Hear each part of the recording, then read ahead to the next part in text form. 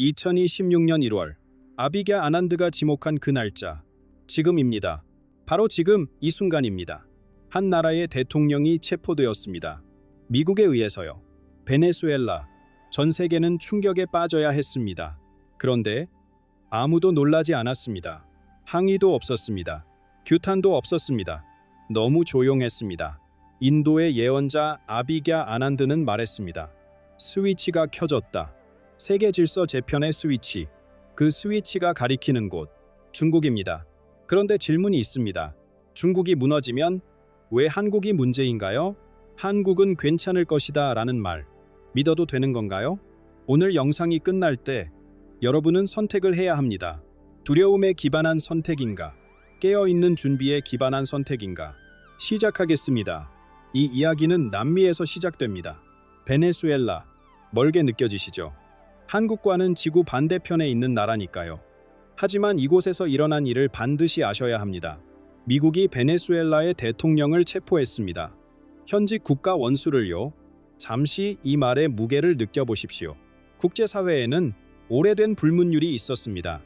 한 나라의 지도자는 함부로 건드리지 않는다. 아무리 적대적인 관계라도, 아무리 갈등이 깊어도 그 선만큼은 넘지 않는다. 이것이 수십 년간 암묵적으로 지켜져 온 규칙이었습니다. 강대국들 사이에 보이지 않는 약속이었습니다. 그런데 그 선이 무너졌습니다. 한 나라의 대통령이 체포되어 끌려가는 모습. 이것이 전 세계 뉴스에 나왔습니다. 그렇다면 당연히 국제사회가 발칵 뒤집혔을 거라고 생각하시겠죠? 아닙니다. 더 이상한 것은 세계의 반응이었습니다. 유엔의 긴급 회의는 없었습니다. 각국 정상들의 규탄 성명도 들리지 않았습니다. 국제사회의 분노도 찾아볼 수 없었습니다. 인권단체들의 목소리도 평소보다 훨씬 작았습니다. 침묵이었습니다. 이상할 정도로 고요했습니다. 마치 모든 것이 예정되어 있었다는 듯이, 마치 누군가 미리 각본을 써두었고 모두가 그 각본을 알고 있었다는 듯이 세계는 고개를 돌렸습니다. 뉴스는 빠르게 다른 소식으로 넘어갔습니다. 사람들은 잊어버렸습니다. 아니, 잊으려 했습니다. 왜 그랬을까요? 아비게 아난드는 이 침묵의 의미를 읽어냈습니다. 그는 단호하게 말했습니다. 이것은 단순한 외교 사건이 아니라고요. 한 나라의 내정 문제가 아니라고요. 이것은 신호라고 했습니다. 세계 질서가 재편되고 있다는 신호. 오래된 규칙들이 하나씩 무너지기 시작했다는 증거. 새로운 시대가 열리고 있다는 선언. 바둑을 두어 보신 분들은 아실 겁니다. 판세가 바뀌는 순간이 있습니다. 돌 하나가 놓이는데 겉으로는 별것 아닌 것 같습니다. 하지만 그 순간 이미 승부의 흐름이 완전히 달라집니다. 노련한 기사는 그것을 압니다. 초보자는 모릅니다. 베네수엘라 사건이 바로 그런 수였습니다. 대부분의 사람들은 그냥 지나쳤습니다. 남미의 작은 나라에서 벌어진 일이라고 생각했습니다. 우리와는 상관없는 일이라고 여겼습니다. 하지만 아난드는 보았습니다.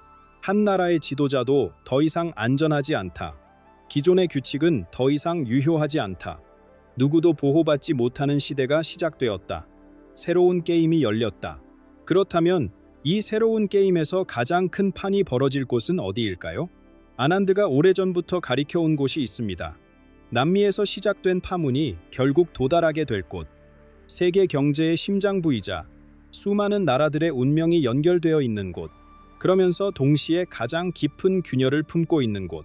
중국입니다. 그런데 여기서 한 가지 오해를 풀어야 합니다. 아난드가 말하는 중국의 위기는 우리가 흔히 상상하는 것과 다릅니다. 폭발도 아닙니다. 전쟁도 아닙니다. 혁명도 아닙니다. 훨씬 더 조용하고 훨씬 더 은밀하고 그래서 훨씬 더 무서운 것입니다. 붕괴라는 단어를 들으면 무엇이 떠오르시나요? 아마도 폭발일 겁니다. 전쟁일 겁니다. 거리를 가득 메운 시위대, 불타는 건물, 무너지는 정권. 우리가 영화에서 봐온 그런 장면들이요. 하지만 아난드가 말하는 중국의 붕괴는 그런 것이 아닙니다. 그는 이것을 구조적 해체라고 부릅니다. 겉은 멀쩡해 보이는데 안에서부터 서서히 기능을 잃어가는 것. 소리 없이 진행되는 죽음. 눈에 보이지 않기 때문에 더 위험한 종류의 무너짐입니다. 건물을 생각해 보십시오. 폭탄이 터지면 건물은 한순간에 무너집니다. 모두가 알 수 있습니다. 대피할 수 있습니다. 하지만 기둥 속에 벌레가 들어갔다면요? 매일 조금씩 나무를 갉아먹는다면요? 겉에서는 아무것도 보이지 않습니다. 페인트도 깨끗합니다. 창문도 반짝입니다. 그러다 어느 날 갑자기 무너집니다. 아무 예고 없이. 중국이 지금 그런 상태라고 아난드는 봅니다. 수십 년간 중국을 지탱해온 믿음이 있었습니다. 영원한 성장이라는 믿음. 내일은 오늘보다 반드시 나아질 것이라는 확신. 열심히 일하면 집을 살 수 있고 국가가 나를 보호해 줄 것이라는 신뢰. 이것이 10억 인구를 하나로 묶어준 보이지 않는 끈이었습니다. 그런데 이 끈이 끊어지기 시작했습니다. 부동산 시장을 보십시오. 평생 모은 돈을 아파트에 넣은 사람들. 그 아파트 가격이 반토막 났습니다. 아직 완공되지도 않은 건물, 영영 완공되지 않을지도 모르는 건물. 사람들의 꿈이 철근과 시멘트 사이에 갇혀버렸습니다. 젊은 세대는 어떻습니까? 그들 사이에서 그냥 눕겠다는 말이 유행했습니다. 더 이상 경쟁하지 않겠다는 뜻입니다. 아무것도 하지 않고 누워만 있겠다는 선언입니다. 경쟁해봤자 소용없다는 것을 깨달은 세대. 희망을 포기한 세대. 나라의 미래를 짊어져야 할 젊은이들이 더 이상 미래를 믿지 않습니다. 이것이 보이지 않는 균열입니다. 뉴스에는 나오지 않습니다. 통계에도 잘 드러나지 않습니다. 하지만 사회의 기반을 갉아먹고 있습니다. 매일 조금씩 쉬지 않고 정부가 돈을 풀면 해결될까요? 더 강하게 통제하면 막을 수 있을까요? 아난드는 고개를 젓습니다. 어떤 양의 돈으로도 어떤 강도의 통제로도 이미 시작된 해체를 멈출 수 없다고 그는 말합니다. 기둥 속 벌레는 밖에서 약을 뿌린다고 죽지 않습니다. 이미 너무 깊이 들어갔기 때문입니다. 문제는 이 조용한 붕괴가 중국 안에서만 머물지 않는다는 것입니다. 중국은 섬이 아닙니다. 세계 경제와 수천 개의 실로 연결되어 있습니다. 무역, 금융, 공급망, 투자. 이 실들은 국경을 넘어 다른 나라들까지 뻗어 있습니다. 그 실들이 연결된 곳 중 가장 가까운 곳, 바로 한국입니다. 중국의 내부 구조가 흔들리기 시작하면 그 충격이 어디로 먼저 전달될까요? 그렇다면 이 조용한 해체는 언제 결정적인 국면에 접어들까요? 아난드가 오래전부터 지목해온 시점이 있습니다. 올해 1월입니다. 바로 지금입니다. 잠시 이 의미를 생각해 보십시오.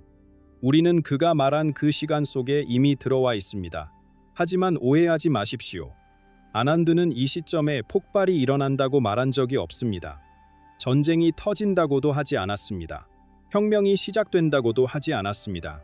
그가 말한 것은 다릅니다. 돌아갈 수 있는 문이 닫힌다는 것입니다.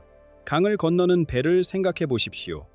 출발할 때는 언제든 돌아갈 수 있습니다. 강 중간쯤에서도 방향을 틀 수 있습니다. 하지만 어느 지점을 넘어서면 돌아가는 것보다 계속 가는 것이 더 빠릅니다. 그리고 더 나아가면 아예 돌아갈 수 없게 됩니다. 물살이 너무 세지기 때문입니다. 아난드가 말하는 올해 1월이 바로 그 지점입니다. 이 시점 이후로는 어떤 조치도 이전 상태를 복원하지 못합니다. 아무리 많은 돈을 쏟아 부어도, 아무리 강한 통제를 가해도, 아무리 화려한 발표를 해도 이미 흘러간 물은 되돌아오지 않습니다.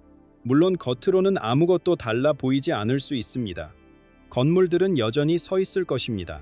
공장들은 돌아가는 것처럼 보일 것입니다. 뉴스에서는 평소와 같은 소식들이 흘러나올 것입니다. 하지만 무언가 근본적인 것이 달라집니다. 세계가 알던 중국이 더 이상 존재하지 않게 됩니다. 세계의 공장이라 불리던 나라, 무서운 속도로 성장하던 경제 대국, 두려움의 대상이자 기회의 땅이었던 그 중국. 그 중국이 기능적으로 멈추기 시작합니다. 심장이 멈추면 몸 전체가 영향을 받습니다. 뇌도, 폐도, 간도, 모든 장기가 연결되어 있기 때문입니다. 중국 경제도 마찬가지입니다. 중국이 멈추면 그것으로 끝이 아닙니다. 연결된 모든 곳이 영향을 받습니다. 그렇다면 가장 먼저 그 영향을 느끼는 곳은 어디일까요? 멀리 있는 나라가 아닙니다. 중국과 가장 깊이 연결된 나라입니다. 무역으로, 금융으로, 공급망으로, 역사로 얽혀 있는 나라입니다. 한국입니다. 중국의 조용한 해체는 먼 나라의 뉴스가 아닙니다. 한국에게는 바로 코앞에 닥친 현실입니다. 남의 집에 난 불이 아니라 담장을 사이에 두고 번지기 시작한 불입니다. 그런데 이상한 점이 있습니다. 이렇게 가까운 위기인데 왜 많은 사람들이 체감하지 못하는 걸까요? 많은 분들이 이렇게 생각하실 겁니다. 중국에서 문제가 생겨도 우리에게 오기까지는 시간이 걸리지 않을까? 단계가 있지 않을까? 중국이 흔들리면 먼저 동남아시아가 영향을 받고 그 다음에 일본이 영향을 받고 그러고 나서야 우리 차례가 오지 않을까? 이것은 착각입니다. 위험한 착각입니다. 아난드는 깊은 연결이라는 개념을 이야기합니다. 충격은 거리 순서대로 전달되지 않습니다. 가장 깊이 연결된 곳으로 먼저 갑니다. 지진이 났을 때 건물이 무너지는 순서를 생각해 보십시오. 진원지에서 가까운 건물이 아니라 기초가 약한 건물이 먼저 무너집니다. 구조적으로 취약한 곳이 먼저 흔들립니다. 한국과 중국의 연결은 상상 이상으로 깊습니다. 눈에 보이는 것만 해도 그렇습니다. 수출입 물량, 관광객 숫자, 투자 규모, 어마어마합니다. 하지만 눈에 보이지 않는 연결은 더 촘촘합니다. 우리가 쓰는 물건들 속에 중국산 부품이 얼마나 들어있는지 아십니까? 우리 기업들이 중국 시장에 얼마나 의존하고 있는지 아십니까? 우리 금융시장이 중국 경제 지표에 얼마나 민감하게 반응하는지 아십니까? 실로 연결되어 있습니다.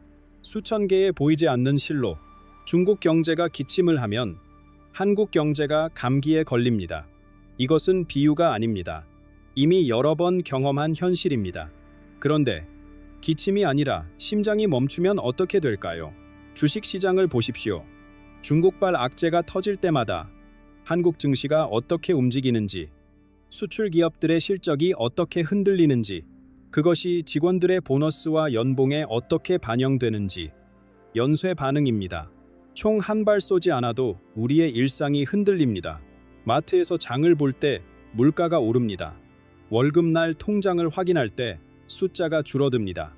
취업을 준비하는 자녀가 있다면 자리가 줄어듭니다. 은퇴를 앞둔 분이라면 연금 수령액이 달라질 수 있습니다. 이 모든 것이 조용히 찾아옵니다. 뉴스에서 전쟁이 났다고 알려주지 않습니다. 비상 사이렌이 울리지 않습니다. 그냥 어느 날 문득 깨닫게 됩니다. 뭔가 달라졌다고, 예전 같지 않다고. 보이지 않는 파도입니다. 소리 없이 밀려와서 발밑에 모래를 쓸어갑니다. 이런 상황에서 사람들은 본능적으로 무언가에 기대고 싶어 합니다. 희망적인 이야기를 찾습니다. 안심할 수 있는 말을 듣고 싶어 합니다. 그래서일까요? 요즘 인터넷에서 특정한 이야기들이 빠르게 퍼지고 있습니다. 한국은 특별하다는 이야기, 한국만은 괜찮을 것이라는 이야기, 달콤한 이야기입니다. 마음이 편해지는 이야기입니다. 하지만 그 달콤함 뒤에 숨은 위험을 아셔야 합니다. 요즘 인터넷을 보면 흥미로운 현상이 있습니다. 한국은 특별하다. 한국만은 살아남는다. 다른 나라들이 무너져도 한국은 괜찮다. 이런 이야기들이 넘쳐납니다. 영상마다, 게시글마다, 댓글마다 마치 약속이라도 한 듯이 같은 말이 반복됩니다. 왜 그럴까요? 인간의 마음은 불안을 견디기 어렵습니다. 특히 내가 통제할 수 없는 거대한 위협 앞에서는 더욱 그렇습니다. 중국 경제의 붕괴, 세계 질서의 재편, 이런 것들은 너무 크고 너무 복잡하고 나 혼자 힘으로는 어쩔 수 없는 일들입니다. 그래서 마음은 도피처를 찾습니다. 안심할 수 있는 이야기를 찾습니다. 우리는 괜찮을 거야. 우리는 다르니까. 우리는 특별하니까. 듣는 순간 마음이 편해집니다. 긴장이 풀립니다. 걱정하지 않아도 될 것 같은 기분이 듭니다. 하지만 아난드는 경고합니다. 특별하다는 것은 보호받는다는 뜻이 아니라고요. 오히려 반대입니다. 영적으로 중요한 땅, 역사적으로 의미 있는 장소, 문명의 교차점에 있는 나라, 이런 곳들은 보호받는 것이 아니라 더 자주 시험받습니다. 더 혹독하게 단련됩니다. 특별하다는 것은 편안하다는 뜻이 아닙니다. 더 큰 책임이 주어진다는 뜻입니다. 한국의 역사를 보십시오. 수천 년 동안 이 땅이 얼마나 많은 시련을 겪었습니까? 외침, 전쟁, 분단, 끊임없는 도전의 연속이었습니다. 그렇다면 앞으로도 마찬가지일 수 있습니다. 특별한 땅이기에 시험도 특별한 것입니다. 더 위험한 것은 이 달콤한 믿음이 만들어내는 함정입니다. 한국은 괜찮을 거야. 이 말을 믿는 순간 무슨 일이 벌어질까요? 준비를 멈춥니다. 어차피 괜찮을 텐데 뭘 준비해? 어차피 살아남을 텐데 뭘 걱정해? 누군가가 지켜줄 텐데 내가 뭘 해? 이것이 바로 함정입니다. 희망이 아니라 마취입니다. 믿음이 아니라 포기입니다. 예언을 믿는다면서 정작 아무것도 하지 않는 것, 좋은 결과가 온다는 말만 붙들고 현실을 외면하는 것, 이것은 영적인 자세가 아닙니다. 게으름의 영적인 포장지를 씌운 것입니다. 부처님 말씀을 떠올려 봅니다. 스스로를 등불로 삼으라. 다른 것에 의지하지 말라. 스스로 길을 밝혀라. 누군가의 예언이 나를 구원해 줄 것이라고 기대하는 것. 이것은 스스로를 등불로 삼는 자세가 아닙니다. 여기서 한 가지 질문이 생깁니다.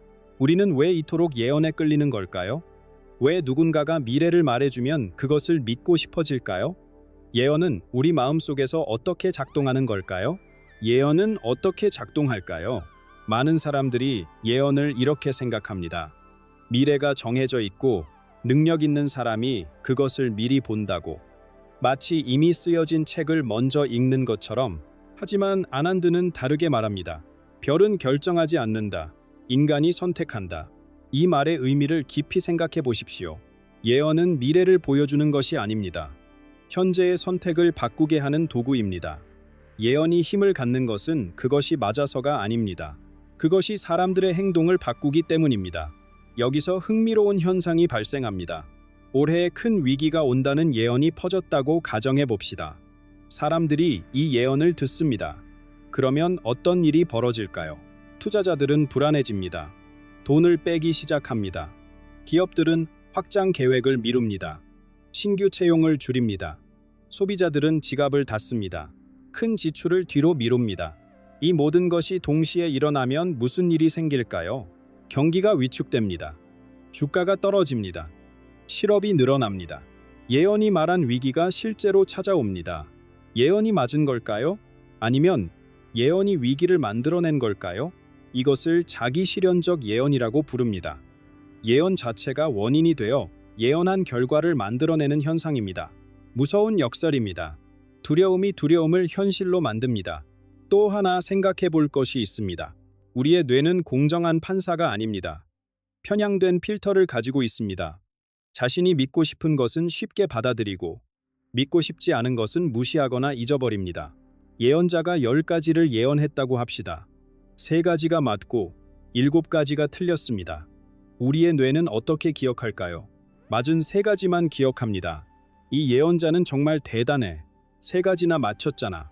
틀린 7가지는 슬그머니 잊혀집니다. 기억에서 사라집니다. 이렇게 해서 예언자의 신뢰도는 계속 높아집니다. 실제로는 30%만 맞췄는데도 이런 편향이 사회 전체에 퍼지면 어떻게 될까요? 불안한 안개가 깔립니다. 무엇이 진실인지 알 수 없게 됩니다. 확인되지 않은 이야기들이 사실처럼 퍼져나갑니다. 사람들은 점점 더 불안해지고 그 불안이 또 다른 불안을 낳습니다. 악순환입니다.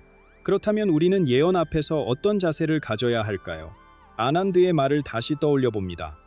별은 결정하지 않는다. 인간이 선택한다. 예언이 거울이라면 그 거울에 비친 것은 미래가 아닙니다.